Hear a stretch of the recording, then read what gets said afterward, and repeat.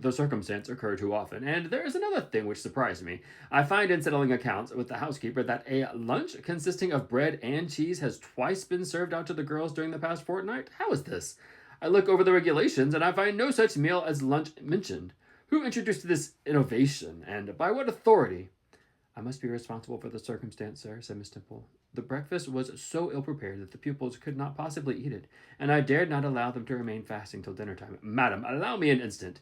You are aware that my plan in bringing up these girls is not to accustom them to habits of luxury and indulgence, but to render them hardy, patient, self-denying. Should any little accidental disappointment of the appetite occur, such as the spoiling of a meal, the under or overdressing of a dish, the incident ought not to be neutralized by replacing with something more delicate the comfort lost, thus pampering the body and obviating the aim of this institution. It ought to be improved to the spiritual edification of the pupils, by encouraging them to evince fortitude under the temporary privation.